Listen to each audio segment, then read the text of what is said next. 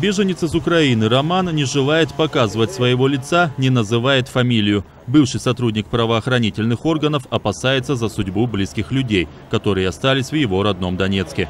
Когда начались боевые действия, Роман не смог присоединиться к украинским военным. Помешала инвалидность, результат старой травмы. Оставаться в Донецке тоже было невозможно.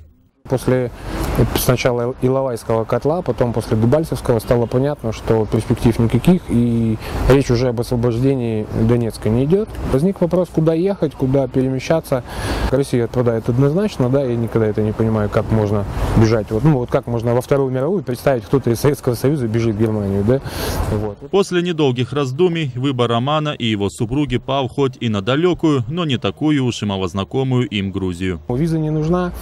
Русский язык более-менее, все знают, нет проблемы с общением. К украинцам относятся лояльно, плюс опять же читали, какие здесь реформы, законы и все остальное.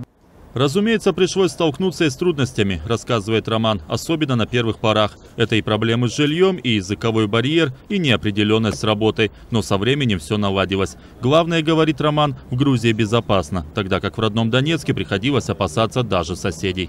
Вполне процветало там такое, знаете, там, возьми, сдай кого-нибудь, вот, мы там возьмем, заберем с него деньги, с тобой поделимся. Ты сидишь комендантский час, ты сидишь там и все остальное, ночью машина приехала, а поедешь комендантский час, да, ты дергаешься, скажем так, во сне, а не за мной ли эта машина, то есть, вот. И вплоть до того, что было даже, знаете, как там, без причины, да кто-то там крикнет, а вот он Бандера, он там за Украину, все, тебя взяли, забрали, ты даже слова пикнуть не успеешь. Беженцев из Украины можно встретить не только в больших городах Грузии, где, соответственно, больше возможностей. Украинка Олеся вместе с двумя детьми и мужем-грузином Давидом живет неподалеку от его родного города Телави в селе Кисисхеви. Сюда они приехали из города Перевальска Луганской области.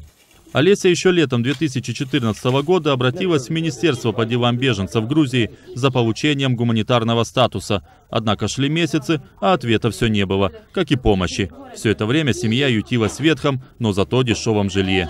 Потом уже в октябре я начала звонить, что нам холодно уже спать на полу, у меня дети болеют. Постоянно ходим одетые, не переодеться, не искупаться, условий не было абсолютно. Статус, иначе говоря, позитив, был дан лишь спустя 8 месяцев после обращения. Узаконив свое пребывание в Грузии, семья, по словам Олеси, начала жизнь с нуля. Перспектив на возвращение в родной город беженка пока не видит. Надежда есть всегда. Пока будущего там никакого не вижу. Тем более для детей. И детям нужно будущее, детям нужно развиваться. Там же все печати ЛНР, ДНР, их только на лоб повесить, они никому не нужны. Они нигде не признаются. И, насколько я знаю, у нас город, вот люди были настроены жить в Украине. Я, допустим, честно, вот как показывают, что там шли с флагами и кричали там «Путин, веди войска» и всему такое остальное. Я в своем городе этого не видела.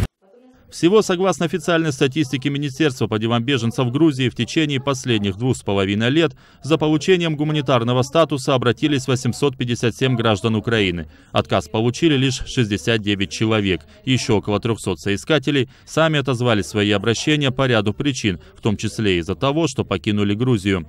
Звет Мчедлишвили Давид Симонишвили, специально для настоящего времени, Грузия, Телави, Тбилиси.